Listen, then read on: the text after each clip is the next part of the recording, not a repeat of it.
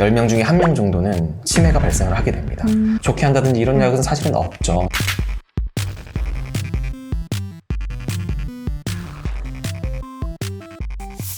안녕하세요. 서울대병원 신경과의 김태정입니다. 한림대학교 성심병원의 이민우입니다. 뇌졸중 이후에 치매가 오시는 분들도 꽤 되거든요. 저희가 뇌졸중 환자들의 치매에 대해서 얘기를 좀 해보려고 합니다. 한림대 성심병원의 이민두 교수님께서 워낙에 또 이제 뇌졸중 치매에 대한 연구도 많이 하시고 하셔서 제가 오늘은 특별히 모시고 진행을 해보려고 합니다. 안녕하십니까. 저는 한림대학교 성심병원의 신경과 조교수로 근무하고 있고 주로는 급성기 뇌졸중 환자들과 그리고 뇌졸중 이후에 발생하는 인지기능 저하 그리고 우울증에 대해서 진료를 많이 하고 있습니다. 저희가 보통 치매 하면은 사실은 알츠하이머병이다 이런 그렇죠. 얘기를 제일 많이 하죠. 네.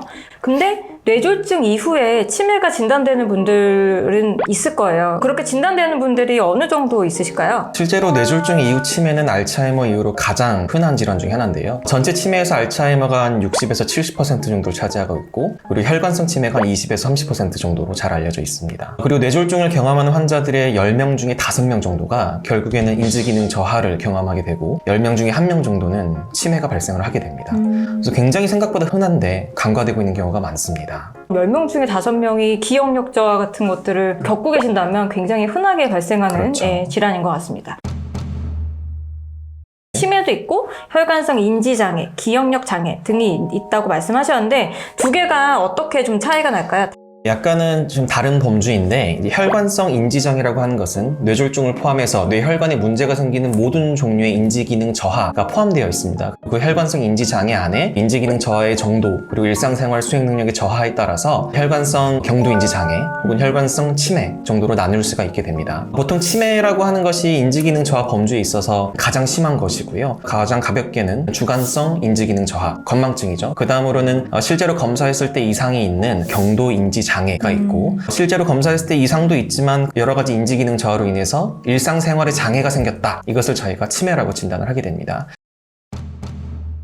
그러면 이 혈관성 경도인지 장애가 혈관성 치매의 전 단계라고 보통 저희가 생각을 하면 되겠네요. 그럼 만약에 이 단계에서 조심을 하고 예방을 하면 혈관성 치매로 진행하는 거를 막을 수도 있을까요? 혈관성 경도인지 장애에서 이제 치매로 넘어가는 데 있어서 가장 잘 알려진 위험인자는 당연히 뇌졸중 재발입니다. 환자분들의 증상, 인지기능 저하라든지 행동 기능들 그런 것들을 호전시켜주는 약들은 있지만 치매를 치료하는 약은 없죠.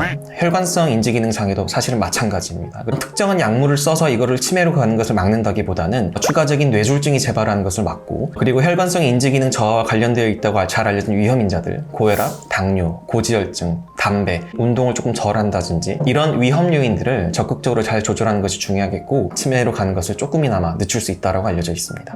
다시 뇌졸중이 재발하지 않도록 잘 관리하시는 것, 고혈압이나 이런 것들 때문에 소혈관 질환이 또 생기시는 분들이 있기 때문에 생기지 않도록 조심하시는 게 혈관성 치매로 진행하는 거를 막을 수 있는 방법이라고 할 수 있겠습니다. 생각해보면은 뇌졸중이 올 수 있는 병변들도 굉장히 다양하잖아요. 맞습니다. 뭐 대뇌에 올 수도 네. 있고 대뇌 반부에 올 수도 있고 아니면은 뭐 소뇌에 올 수도 있고 이런 뇌졸중의 병변의 위치에 따라서도 증상이 좀 다양할까요?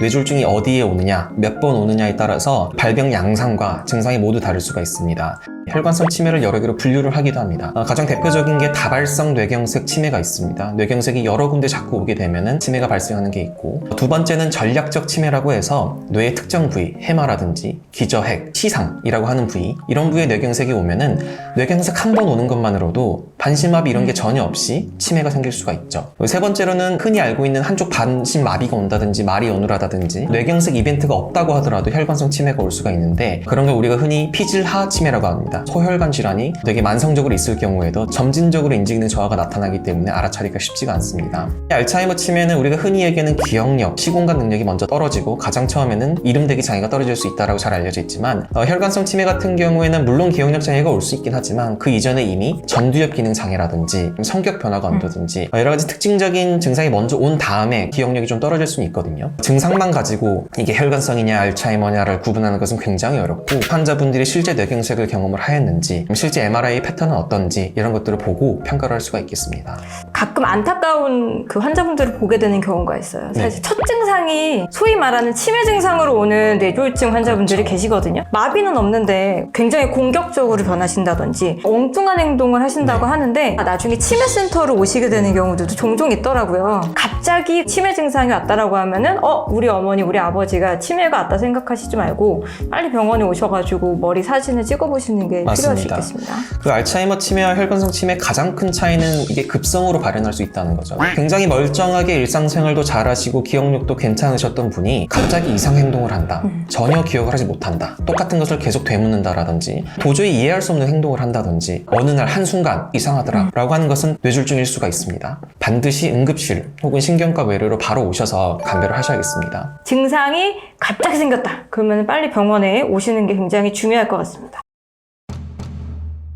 혈관성 치매랑 알츠하이머는 발생 기전이 좀 다른 병들인데 두 개가 또 섞여서 나오는 혼합형 치매도 있을 수 있죠. 그렇죠. 사실은 정말로 순수하게 혈관성 치매, 정말로 순수하게 알츠하이머 치매인 분들이 사실은 많지는 않을 겁니다. 보통은 연세가 많이 된 다음에 생기게 되고 알츠하이머 치매의 위험 요인을 살펴보면은 결국 뇌졸중이 위험 요인이거든요. 결국에는 고혈압, 당뇨, 고지혈증, 담배 이런 게 전부 다 연관이 되어 있기 때문에 대부분의 환자들이 사실상은 혼합성 치매인 거죠.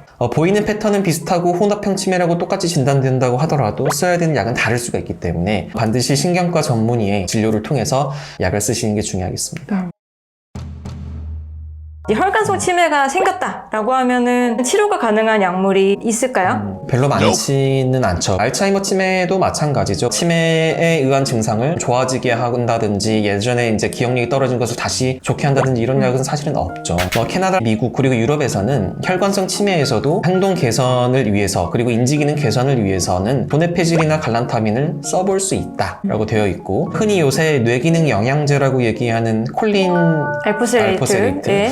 혈관성 치매에서는 어떤 이득이 있다라는 증거는 많지는 않고 징코 빌로바라고 하는 은행잎 추출물 오히려 혈관성 치매에서는 조금은 효과가 있을 수 있다. 적어도 증상 개선에 효과는 있을 수 있다라고 되어 있어서 혈관성 경도인지 장애가 있지만 치매가 아닌 경우에는 써볼 수 있지만 약간 출혈 경향을 높일 수는 있거든요. 반드시 주치의 선생님과 상의를 하셔서 이 약을 썼을 때 이득과 손해를 저울질을 해서 약을 써보는 게 좋겠습니다. 결론적으로 쓸 수 있는 약이 많지 않습니다. 뇌졸중이 재발하지 않도록 위험도를 관리하고 지금 상태를 최대한 유지하는 거 그게 더 중요할 수도 있습니다. 본인이 고혈압이나 고지혈증이나 당뇨 같은 위험 요인이 있으시다면 그러한 것들을 조절하는 것 자체가 혈관성 경도인지 장애든지 치매를 예방할 수 있는 하나의 방법일 수 있고 또 그런 것들을 조절하게 되면 뇌졸중 발생도 예방이 될 수 있으니까 생기지 않도록 예방을 하는 게 사실은 가장 좋은 부분이라고 좀 생각이 드네요. 마지막으로 이제 환자하고 보호자분들께 해주시고 싶은 말씀이 있으시면 부탁드립니다. 간과하기 가장 좋은 게 뇌졸중 후에 발생하는 이런 기억력 장애입니다. 10명 중에 5명 정도가 경험하게 되고 1명 정도는 치매가 발생하게 됩니다. 뇌졸중 이후 치매에 쓸 수 있는 약들이 많지는 않지만 그 약을 씀으로써 환자의 인지 기능이 조금 호전이 되고 일상생활 기능이 조금 더 호전이 된다고 했을 때는 전반적인 환자분들의 어떤 삶의 질이 올라갈 수 있거든요. 그건 언제까지나 환자의 인지 기능 저하를 빨리 잘 발견했을 때입니다. 뇌졸중 이후에 환자분들이 3개월 정도 후에 제 외래에 오게 되면은 반드시 인지 기능과 관련된 검사를 진행을 합니다. 최대한 환자분들의 증상을 좋아지게 하려고 노력을 하고 있습니다. 뇌졸중 환우분들도 뇌졸중으로 인한 기억력 저하가 본인은 잘 느껴지지 않는다고 하더라도 주변 사람들이 느꼈을 경우에는 1년에 한 번 정도씩은 적극적으로 검사를 하셔서 꼭 필요한 치료를 받거나 필요한 검사를 받으시는 게 장기적으로 뇌졸중 환자분들의 삶의 질에 굉장히 도움이 되기 때문에 좋겠습니다. 뇌졸중 이후에 치매 증상, 기억력 저하는 이제 굉장히 많이 자주 생길 수 있는 병이기 때문에 뇌졸중이 있은 이후에 기억력이 떨어지고 있지는 않은지 좀 유의 깊게 봐주셔야 될 부분인 것 같고요. 가장 좋은 거는 아직까지는 아주 명확한 치료 방법이 없기 때문에 예방이 첫 번째이지 않을까 생각이 들고요. 인지기능 저하가 만약에 왔다, 의심이 된다라고 하면은 반드시 원래 다니시는 이제 주치 선생님하고 상의를 해서 내 인지기능은 어떤지를 꼭 평가하시는 것을 추천드리고 싶습니다. 마지막으로 남은 미션이 있습니다. 구독, 좋아요 부탁드립니다. 감사합니다.